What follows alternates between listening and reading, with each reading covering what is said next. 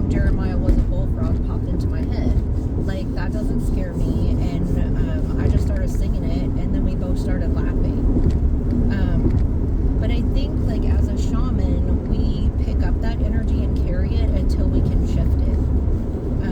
And how you can shift it is to think about things in a different way. Like, science says that the reptilian or animal part of a human being, our brain, our energy, is in constant renewal, right? Like, a cell dies, a new one is created.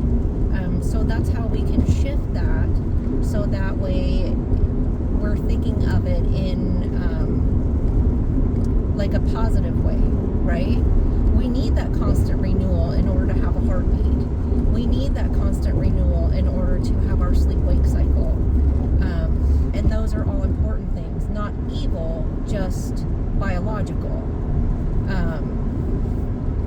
Another way that we can look at things, another example is like we visited my great-grandma Minnie's grave yesterday, and she apparently had 2 children that passed away young. And when things like that happen, like, I personally can't imagine having a baby die. Like, that's heartbreaking, and I don't know how people live through things like that.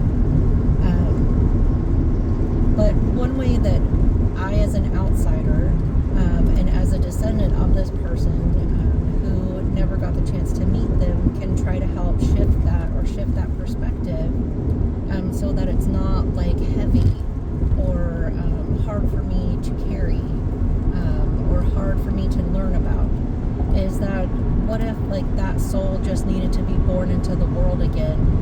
What if they just changed their mind? What if on the other side they were talking with God and they're like, you know what, I just can't do it, I'm not ready to do this yet.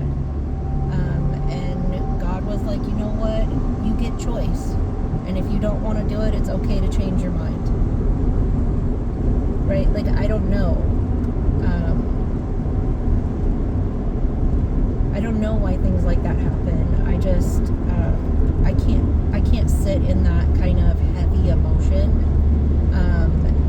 So instead of numbing it out or blocking it, I just try to look at it from a different perspective. I don't know, hopefully that makes sense.